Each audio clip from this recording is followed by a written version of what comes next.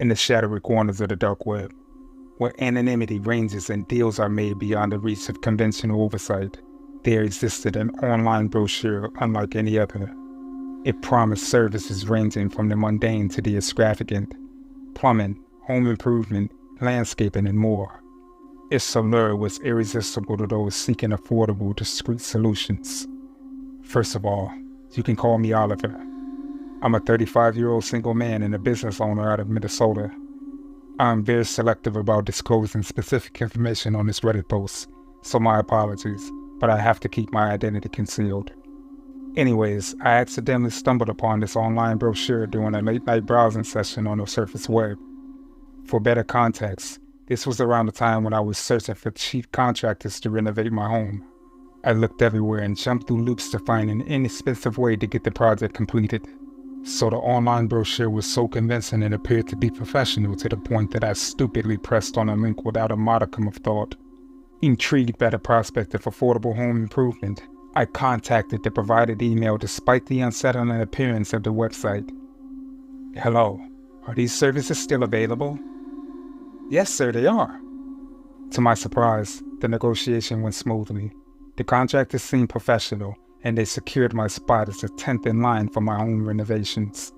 However, as I'm excited and awaited for my schedule, then there's been unsettling news that began to surface. Reports of robberies turned to homeowners being killed had been circulating in my neighborhood. Fear gnawed at my mind. But with the renovation day looming, I didn't know what I should feel. It felt like I was being trapped. This was my very first time to request people to renovate my home because I need to, and plus me hearing the news. Oh man. I desperately tried to get a way out and searched for a way to cancel it, but communication with the contractors suddenly became sparse and cryptic. The night before the scheduled renovations came, I received a chilling email. "We'll be arriving promptly at 8 a.m. tomorrow for your home improvements. Be ready." It's almost like my heart seized up in my chest. Panic set into me as I realized escape was impossible. I went about my day trying to forget about everything, but I couldn't. I don't know why I got this pit in my stomach, but it was just two guys that's coming to renovate my home. So it could just be fine. But was it? Damn it, I can't stop thinking about it because it's gonna be tomorrow. I really considered calling the authorities, but I hesitated. I was really unsure about what I can tell them and how I can go about this, but I don't know, I was just stuck. I mean, how silly would it be for me to make a report about two contractors supposedly coming to kill me? Nah, maybe I'm just overthinking. For sure, those people being robbed and killed are just unlucky, but not me. Morning arrived with a heavy silence. I sat nervously in my living room, waiting for the inevitable. At precisely 8 a.m., a knock echoed through the house. Reluctantly, I opened the door to find two men in nondescript uniforms, their faces obscured by dust masks. They entered without invitation, their movements precise and unsettling. As the day wore on, I watched with growing unease as the contractors worked efficiently. Their silence punctuated only by occasional muttered exchanges. By midday, the renovations were complete, and my home appeared transformed. But at what cost? In all, it wasn't even that expensive either. As the contractors packed their tools and prepared to leave, one of them turned to me, a glint of something unreadable in his eyes and a weird smile. "Remember," he said in a low voice, "not all deals struck in the dark can be unwound in light." What? What does that mean? What did you say? He's not even answering me back, but he's just looking at me in my eyes. Then he proceeds to turn around and they leave. Okay. That was pretty awkward, I said to myself. With that ominous warning, they departed, leaving me alone in my freshly renovated but now hauntingly changed home. The company in the brochure delivered on its promise of services, but I think I had unwittingly stepped into a world where consequences lingered far beyond the completion of a simple home improvement job. 3 months had passed and everything seems to be back to normal after the renovation, but I suddenly felt something was strange in the pit of my gut, but I'm unsure what it could be. One night, when I got up to use the bathroom, I saw a shadow far from the window. Then, I took a peek, and 2 men were standing outside with familiar uniforms, which I was trying to remember nervously. Oh shit. What the f***? Are those 2 weirdo contractors that was here 3 months ago? What the hell are they doing here, and why are they at my house at this hour? They ended up walking on the side of the house into the front door, and they started knocking loudly.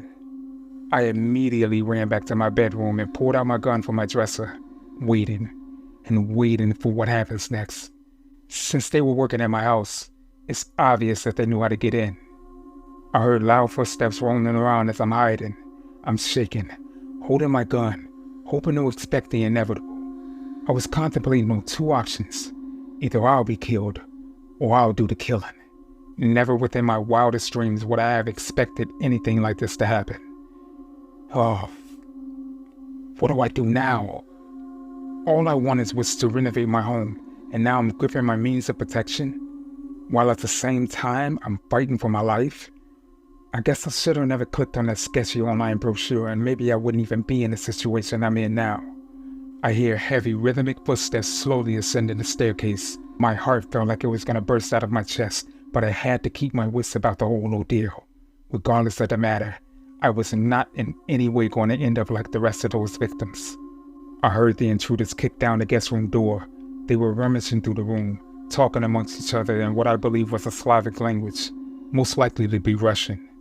They were looking in what I assumed was every crevice in order to find me. The anticipation of my room door opening was a feeling that I would never want to experience again.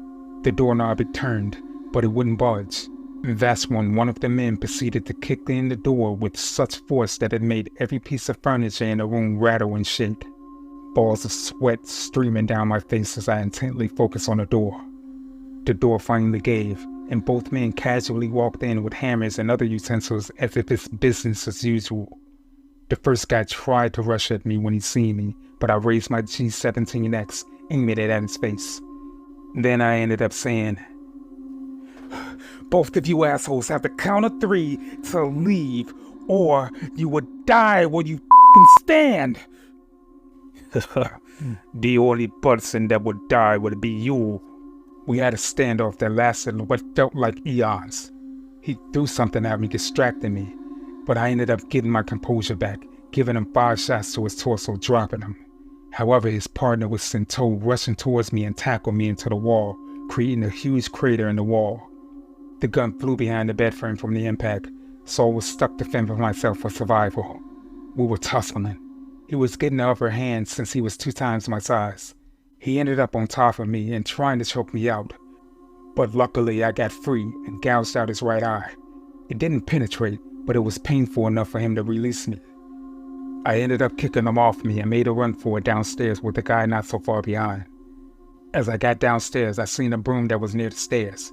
I grabbed a hold of it as a means of protection. I knew I wouldn't have a leg in a fight with it, so I thought of another way to use it. As the man was running down the stairs at top speed, I was hiding on the side and stuck the broom in between the stairs, causing the man to trip and fall, landing on his face. Quickly sprung into action, immobilizing the man. I couldn't believe that I actually won. The police soon arrived. It was finally over. But would I ever be able to get back to a normal life after dealing with such a traumatizing event? I don't know. Weeks later, I was informed by the leading detective that the men worked for a global network of dangerous individuals that operated some sort of crime syndicate of some sorts. Their organization operated off of the dark web. They usually created fake online brochures for their person of interest. But why me? Why was I targeted in any of this bullshit? He ended up ensuring my safety and that there was nothing to worry about. But that's where he was wrong. There was much more to worry about. Because even this was bigger than what we all thought it would be. A little over a year's time, I'm in a new house that I now share with my younger brother and sister. We ended up moving to another state under protective custody. Things somewhat went back to normal, but deep down, it never did. Every night I get nightmares about those 2 men that eventually get a hold of me, and I met with my fate. No matter how hard I try, I can never go back to normal. And you want to know what the scariest thing about it is? My younger brother came to me with a package. I initially thought that it was work-related, but I was dead wrong. The package didn't have a sender. I opened it up, and it just contained a small note that read, "We will see you soon." I'm really having a bad feeling about this all. I don't know what else to do. I don't know where else to go, who I can trust. Do you guys have any advice that you can give me? I don't even know what the hell to be done at this point. Please, guys, be safe out there, and don't click on links that you aren't aware of. But for now, it's a goodbye, and I'll keep you posted.